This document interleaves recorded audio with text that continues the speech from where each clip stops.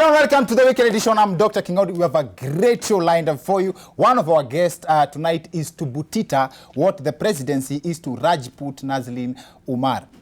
Ameitafuta sana lakini ataionea tu kwa dirisha ya taxi. Butita ameishi sana kwa friend zone ya guest wetu wa leo. In fact, zile blue ticks amekuwa akipata WhatsApp zilishikanishwa akapewa kama ile tick ya verification. And just to show you how thin the chances are between Butita and our guest tonight are, you did not even realize that this is not the real Nazlin Umar. This is NTV's Zainab Ismail. And now that you get the point, our guest is a seasoned media personality, a fan favorite, and one of the most effective social media influencers and event MCs this country has to offer. That makes the two of us. Anita and Nderu is in the house! Yes, thank you. Also in studio is the official captain Wambogi Kimonyonski. Don't even bother. Even Google has no idea what that is. He's arguably the king of Sheng, if not the first Kenyan to invent his own language. Kartelo is in the building.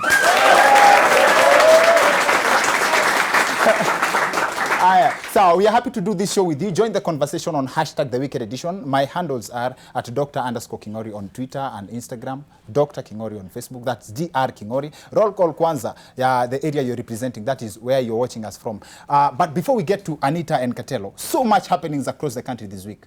First, several officials from the Kenya Revenue Authority were arrested and arraigned in court over corruption and tax evasion allegations. And what really stood out for me is how they covered themselves while appearing in court. At first sight, you would be tempted to think that KRA stands for the Kenya Rappers Association.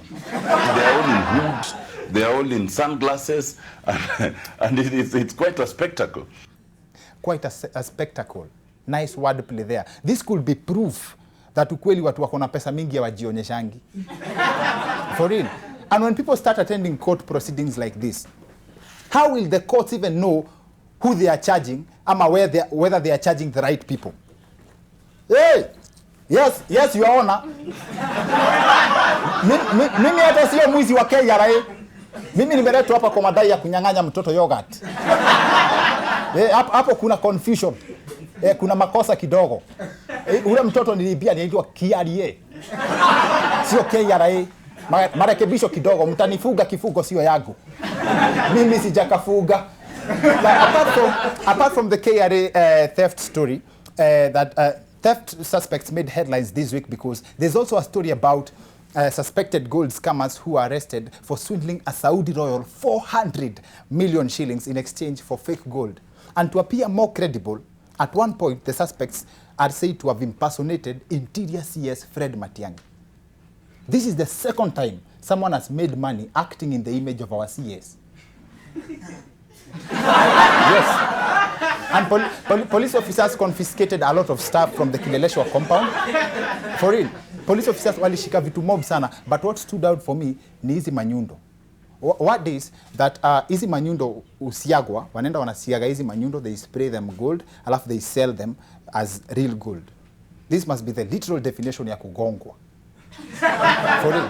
And in response, the government has warned all foreigners to be very careful of conmen, and especially in the gold trade.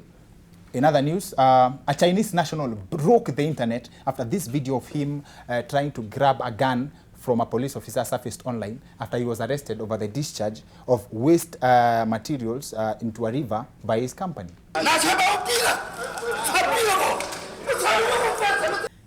Kuna watu wengine ukiwa na deni yao mazi takwalia kwa kichwa. What stands out for me on that clip, in that clip, is how calm the guy he's chained with is. Ona huyu jamaa amevaa jazi ya Gunners vile amerelax na pingu. Cheki vile ametulia. Haters have claimed that huyo jamaa ametulia hivyo juu Arsenal wamezoea kufungwa.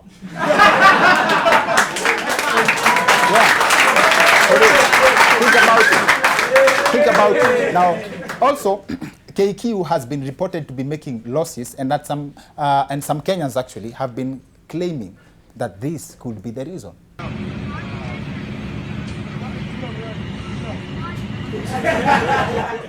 One argument is that watu wakikula hivi kwa ndege inakuwa mzito. So inatumia mafuta mingi. So if KQ is to improve on their financial situation, they need to write notices to passengers that no food from outside. Now, other than the people, as in other people have refuted this clip, claiming that this is a clip from the Ugandan Airlines. That's believable. But I have not independently verified this. So kama unajua hii clip ni ya wapi, please share the details with us. We are happy to correct that. Use the hashtag The Wicked Edition.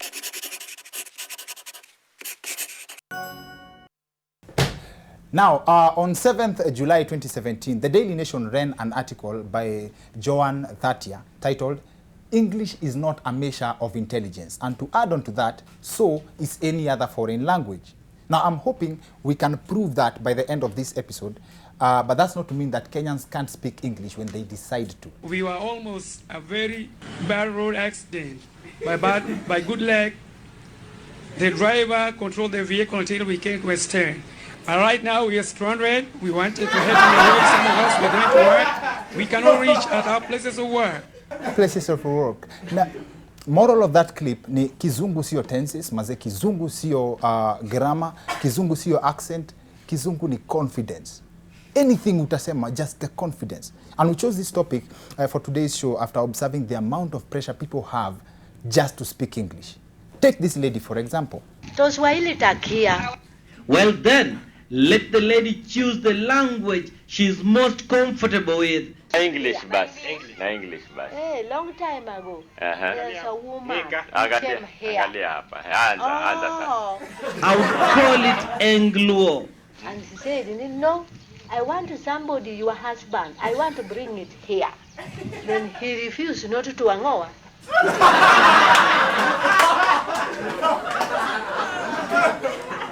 Madhe ajui Kiswahili lakini kizungu anaweza kungangana.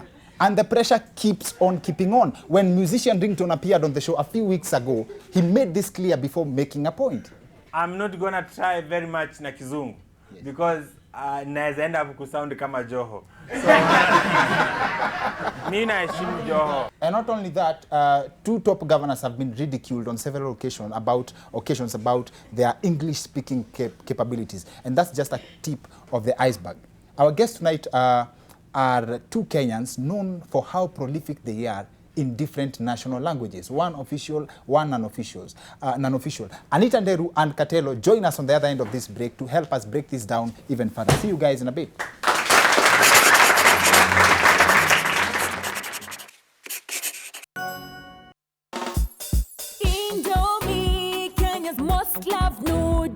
Rahisi na haraka kuitayarisha kwa dakika tatu pata mlo mtamu. Chicken flavor, beef flavor utapenda. Ni rahisi kutayarisha kwa dakika tatu tu. Tamu sana. Indomie, furahia na jamii yako. Indomie, okoa dakika masaa yako. Indomie.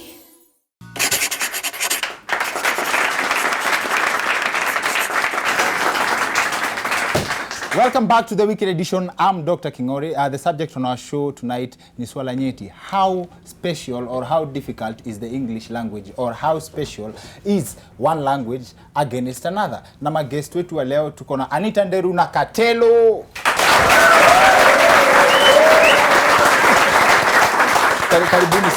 Karibuni sana kwa show. I think it's proper kila mtu ajiintroduce na aseme hi kwa fans. Anita, hapa salimia watu tu. Hello everybody, my name is Anita Nderu, TV presenter, radio presenter, lover of life in general, anything that has to do with lifestyle, I'm all about it. And apparently, I'm being criticized because my Kiswahili is not where it's supposed to be, but my English is. No, let's cross over to the other side of the Kartelo, pia salimia watu na ujiintroduce. Oya. Mimi unaweza niita Kartelo ama unaweza niita kwa Kombogi nikimonyoski tilafu sako inaderia representing na ukiona nikijidai ujue nimejikopa oya. Pia unaweza niita maziwa je venye sifichangi white kabisa.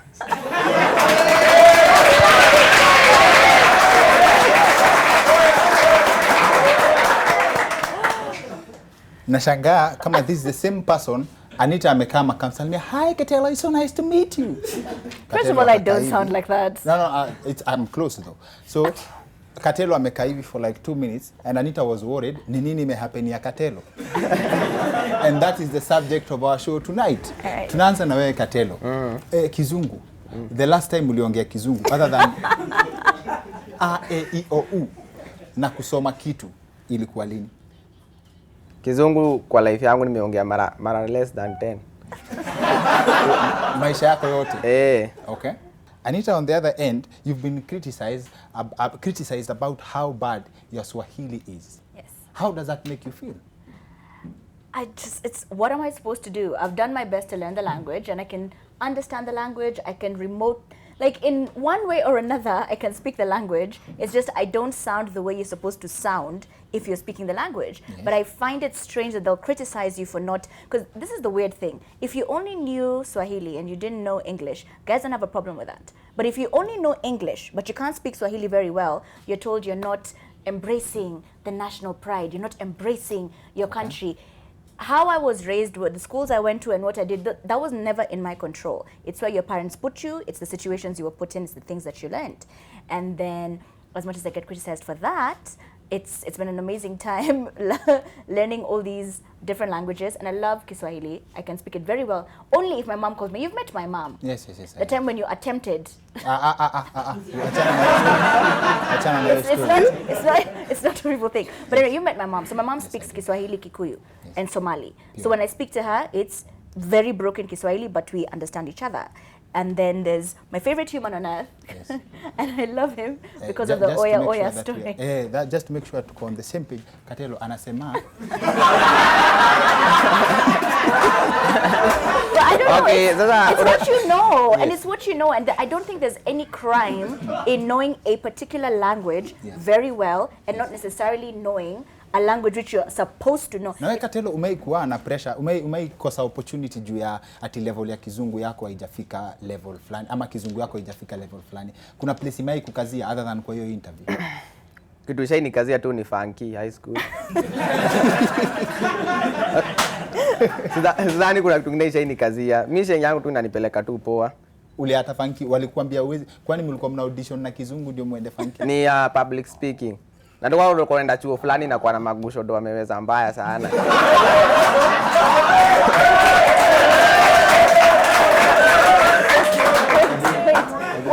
What's magushido?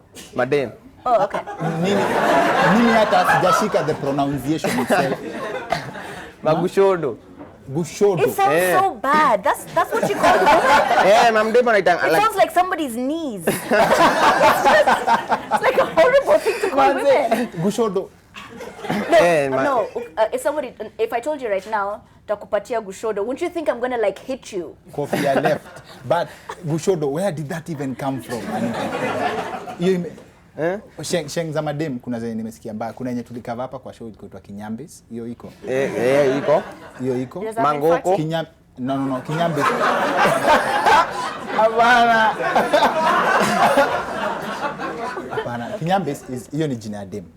Why do we have such horrible shit? I believe there's a better tuko na ingine iko na respect. Hiyo ni gani? Mangoko.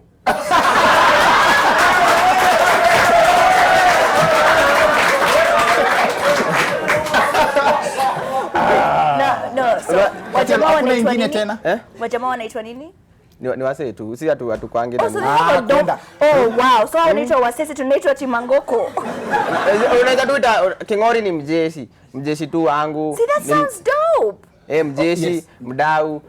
Hizo tu. But Mafats does not sound nice. Mangoko si nini na Kizungu inakuanga inaitangwa chick na Kiswahili.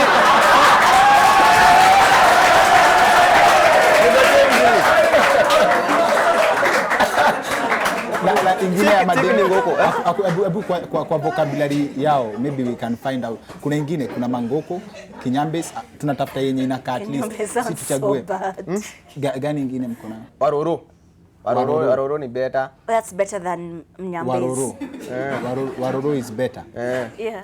Sasa ukijipata unafaa kuexplain ya mtu kama Anita, place yako place unakaa mtaa. Unaweza muexplain aje? Na Kizungu? Hapana, na lugha vile wewe uongea. Haya, kitu utafanya unachukua moshogi hapo UTC. Okay. That's a matatu in OTC. Unachukua hapo hivi. Kwanza uchague moshogi yenye iko na kigonyi yako sawa juu ya. Does that mean it has screens and sound? Hapana, kigonyi ni dere. Oh, okay. Alafu kigonyi yako sawa juu ya keuti.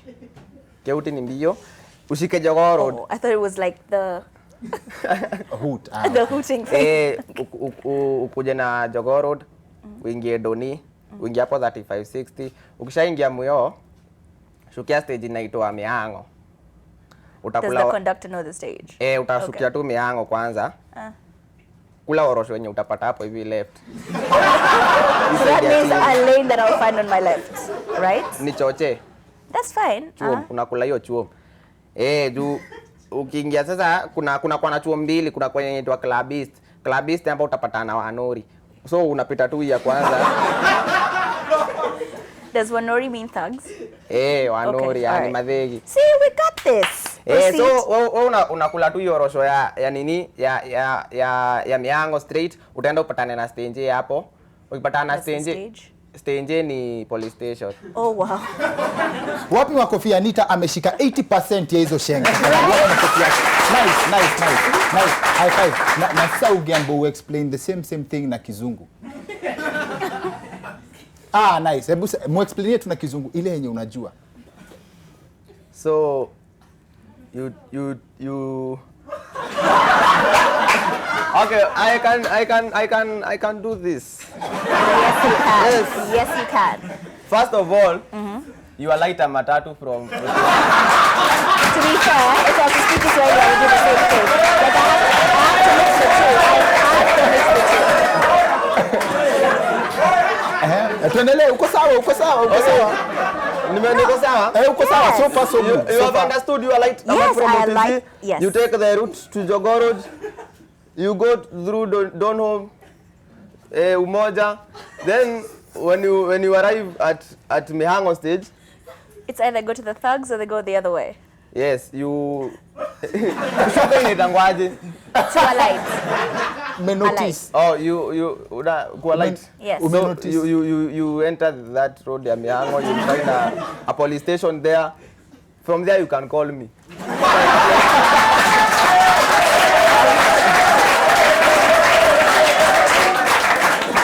I think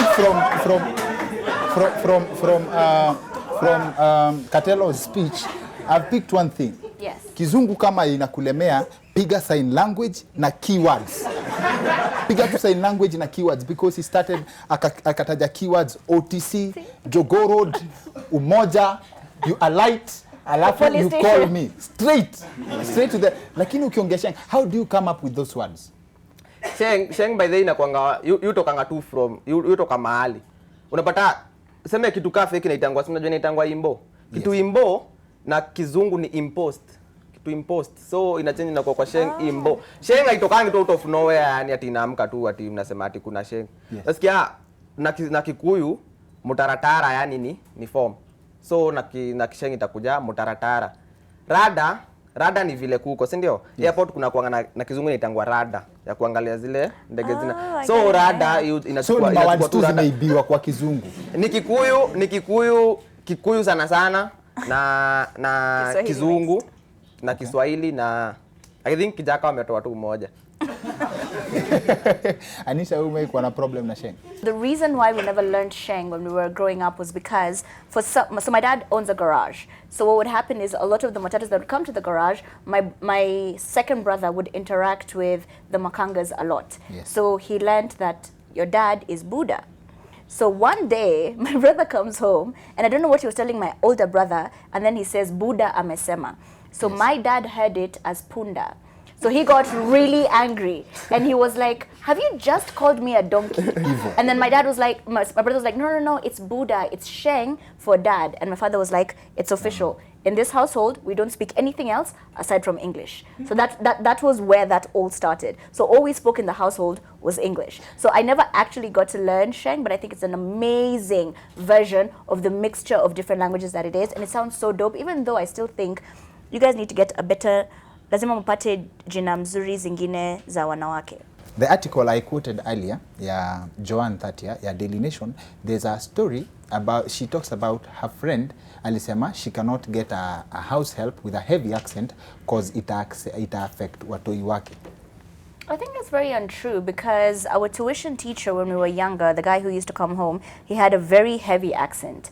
But it doesn't necessarily, I think when it comes to children, where they spend majority of their time is where they get a lot of the, the different languages they learn and all these things. So it doesn't matter because all the people we grew up with, they were amazing house assistants.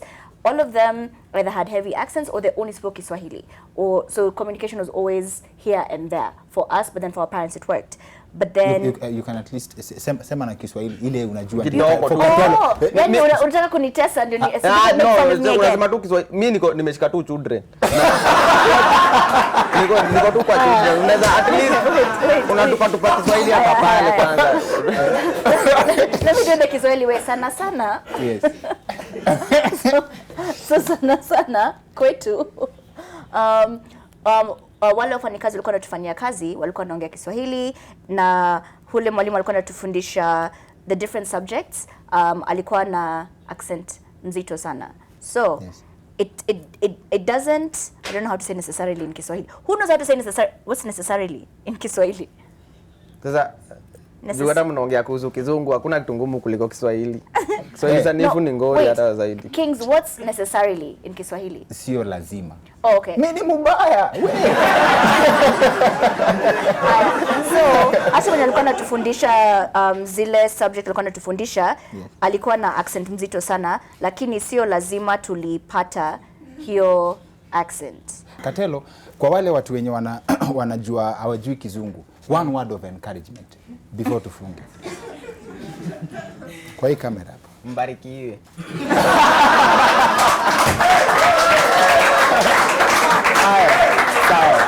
I also think tunaweza funga show in style leo. Kartelo utaambia Anita shout out. Anita leo atapiga shout out mbogi yako yote. So utamwambia tu kwa masikio shout out za wale watu watapigia debe, awasalimie kwa hii kamera alafu tufunge. Mwambie. Sawa na usipokombe runyaru.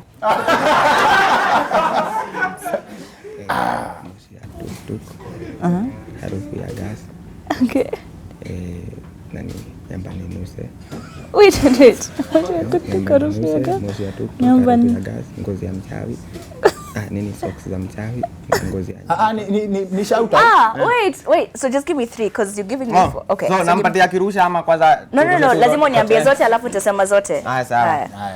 Moshi ya tuktuk, nyamba ni nuse, socks za mchawi. Aya. Sawa. So Tala would like to give a shout out to Moshi ya Tuktuk, Ngozi ya Mchawi. No, is this socks ya Mchawi? Wait, I'm lost. Let's start again. Say, ojo nyambani nusi ataweka lawama. It was so lovely to meet you. Thank you. Sorry. Kimonyoski ni nini kwanza? Kimonyoski ni mbogi ya watu wanapenda sherehe. Mahali kuna magushodo. Mahali kuna magushodo, kuna ngango na kuna kiroma na kuna manjege. Are you intentionally making this difficult? No. Nasema mahali umejibu na Kizungu, unaweza jaribu pia wewe pamoja. Okay, you know what I'm trying to say is that Kimonyoski is just a squad of people who love partying and Sorry, say what? Mtu ushika accent hivyo tu na one show. Yes, ndio partying. Ni upgrading. Yeah. Partying, mnasikia? Yeah, they love partying and they love the pretty girls them and pretty girls. That's it for the weekend edition. See you next week. My name is Dr. Kingori.